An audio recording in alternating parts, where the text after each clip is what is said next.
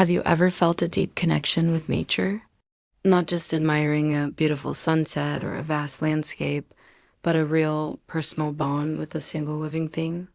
For me, that connection is with a tree. It's not just any tree. It's my partner in creation, my silent mentor, and in many ways, a part of my own story.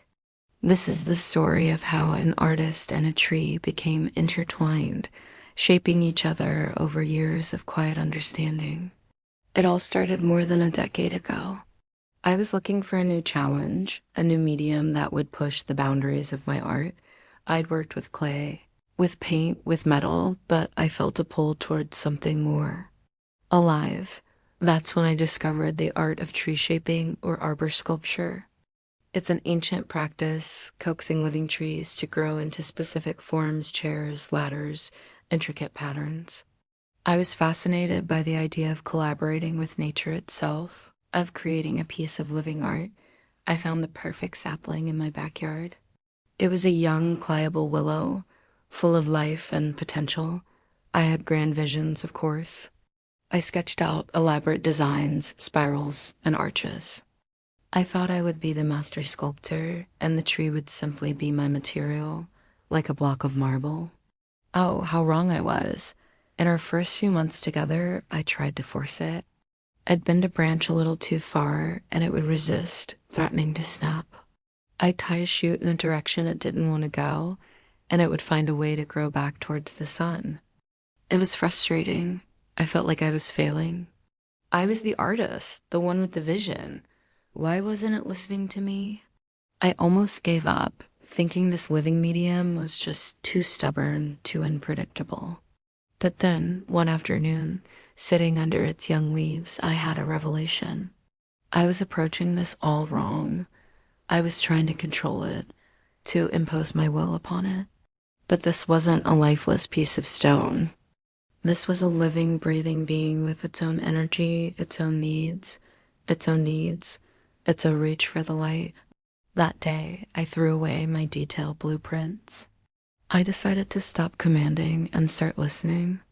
Instead of forcing a branch into a 90-degree angle, I would gently guide it, feeling for its natural flexibility. I would watch how it responded to the sun, the wind, and the rain. I started to learn its language. A slight drooping of the leaves meant it was thirsty. A vigorous new shoot in one direction told me where its energy was flowing. I began to see my role not as a sculptor who carves away material, but as a partner in a slow, unfolding dance. The process became a meditation.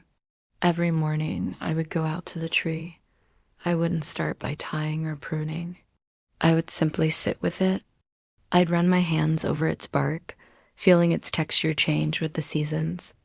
I'd observe the new growth, the tiny buds that held the promise of the future.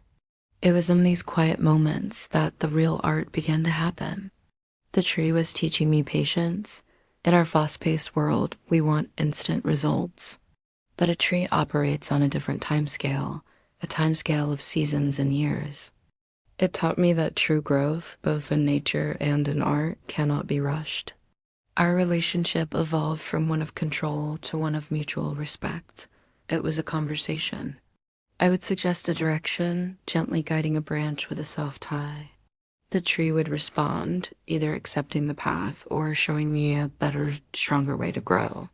Sometimes my ideas just didn't work. A design that looked beautiful on paper was structurally weak in reality, and the tree would let me know. A branch would fail to thrive, or the overall form would look strained. Instead of getting frustrated, I learned to see this as feedback. The tree was my collaborator, offering its ancient wisdom. Over the years, the tree and I have shaped each other. It has grown into a form that is partly my design and partly its own innate character. It's a living sculpture, a fusion of human intention and natural will. But it has shaped me just as much, if not more. It has taught me to be a better listener, not just with nature, but with people too. It has taught me that true collaboration is about finding harmony, not dominance. It has shown me the profound beauty in imperfection and the strength that comes from yielding. My hands know this tree intimately. I know the spot on the main trunk that's rougher than the rest. I know which branch is the most flexible and which one is the most stubborn, and I feel like the tree knows me too. It has witnessed my moments of joy, my periods of creative block, my quiet contemplation. It has been a constant, steady presence in my life, a living anchor in a changing world. When I look at it now, I don't just see a piece of art I created. I see a timeline of our shared existence. I see the memory of a spring storm we weathered together, the scar from a branch that broke and healed, the new growth that symbolizes hope. This journey has fundamentally changed my perspective as an artist.